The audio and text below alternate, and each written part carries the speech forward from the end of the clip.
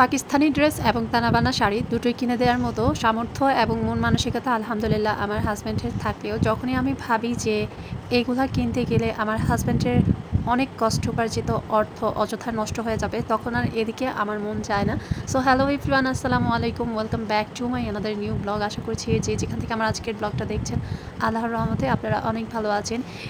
রমজান মাস প্রায় শেষের দিকে আর ঈদ তো কাছাকাছি চলেই এসেছে, ঈদ এসেছে আর ঈদের শপিং ব্লগ আপনাদের সাথে শেয়ার করব না তা কী করে হয়।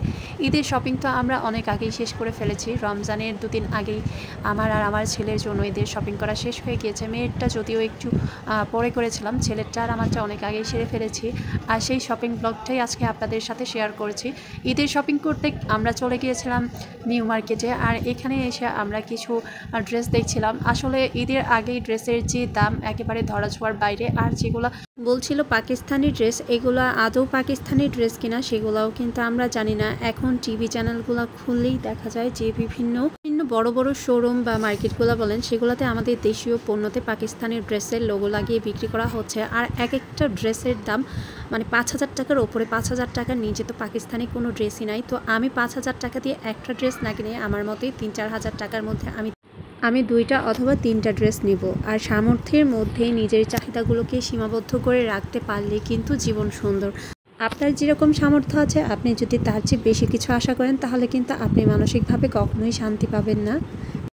আমরা নিউ মার্কেটের উদ্দেশ্যে এসেছি ঠিকই, কিন্তু এখানে যে এতগুলো মেনশন, আমি কোন মার্কেট থেকে এই ড্রেসগুলো অ্যাকচুয়ালি কিনেছি সেটাই আমি আপনাদের সাথে শেয়ার করতে পারছি। এই মার্কেটে আপনারা স্টিচ আনস্টিচ 2 ধরনের ড্রেসই পেয়ে যাবেন। অনেক কম দাম থেকে শুরু করে অনেক দামি ড্রেসও এখানে রয়েছে। আর এখান থেকে চাইলে আপনারা খুচরা এবং পাইকারি নিয়েও ব্যবসা করতে পারবেন। এখানে কিন্তু পাঠান বাজারও রয়েছে, যেটা ফেসবুকে অনেক বেশি ভাইরাল। পাঠান বাজারের ড্রেসের কালেকশনগুলোও অনেক বেশি সুন্দর, কিন্তু তারা খুচরা কোনো ড্রেস সেল করে না। তাদের এখান থেকে নিতে হলে অবশ্যই পাইকারিতে নিতে হবে। এই ড্রেসটা আমার অনেক বেশি পছন্দ হয়েছে এবং আমি আমার জন্য এই ড্রেসটা নিয়ে নিয়েছি। এই ড্রেসটার নাম দিয়েছে সাদাবাহার। আমি আদৌ জানি না এই ড্রেসটা আসলে সাদাবাহার কিনা। এই সব থেকে আমরা আমার ভাইপোর জন্য কেনাকাটা করেছি, আর আমার জন্য আমি একটা ড্রেস নিয়েছি।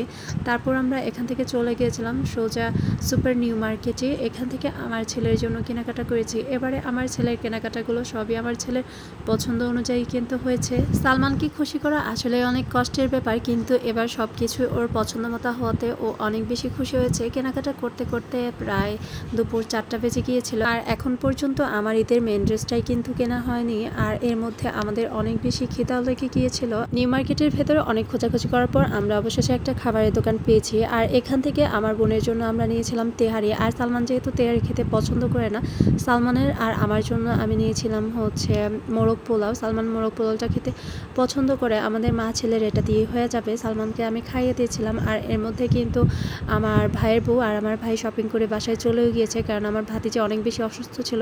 অসুস্থ শরীরে ওকে নিয়ে বেশি একটা ঘোরা যাবে না। তো ভাইদের শপিং শেষ করে ওদেরকে বাসায় পাঠিয়ে দিয়েছি। তারপর আমি আর আমার বড় বোন আমার ছেলে মিলে খাওয়া দাওয়া শেষ করে আমাদের বাকি কেনাকাটা সেরে তারপর আমরা বাসার উদ্দেশ্যে রওনা হয়ে যাব। খাওয়া দাওয়া শেষ করে আমরা ঈদের মেন ড্রেস কেনার জন্য চলে এসেছিলাম গাউসিয়াতে। এখানে অনেক সুন্দর সুন্দর রেডিমেড ড্রেসের কালেকশন রয়েছে। এখান থেকে আমরা কিছু ড্রেস দেখছিলাম।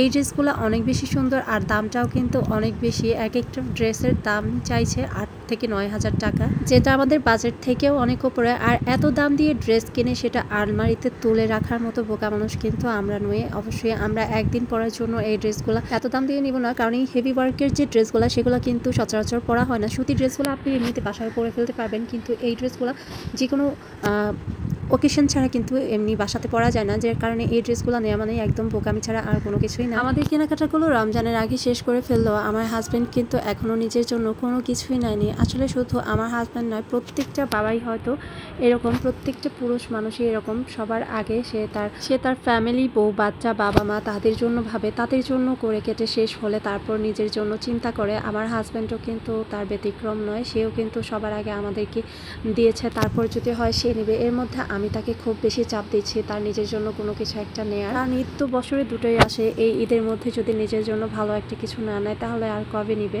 এই ড্রেসটা আমার অনেক বেশি পছন্দ হয়েছিল আর এটার দামটাও মোটামুটি রিজনেবল প্রাইসের মধ্যেই ছিল। এটার বেশ কয়েকটা কালার ছিল আর এবারের ঈদে মেন ড্রেস হিসেবে আমি এই ড্রেসটাই সিলেক্ট করেছিলাম। আর আমাদের কেনাকাটা কিন্তু দেখতে দেখতে প্রায় শেষের দিকে। এই ড্রেসটা নিয়ে আমরা বাসার উদ্দেশ্যে রওনা হয়ে যাবে। ওইদিকে কিন্তু আমার বড় বোন আমার ভাগ্নের জন্য একটা ড্রেস নিয়ে নিয়েছে। কেমন লাগলো আমার আজকের ঈদ শপিং ব্লগটা অবশ্যই কমেন্ট বক্সে কমেন্ট করে জানাতে ভুলবেন না। সবাই ভালো থাকবেন, সুস্থ থাকবেন। সবাইকে পবিত্র ঈদ উল ফিতরের অগ্রিম শুভেচ্ছা জানিয়ে আজকের ব্লগটা এখানেই শেষ করছি। আল্লাহ হাফিজ।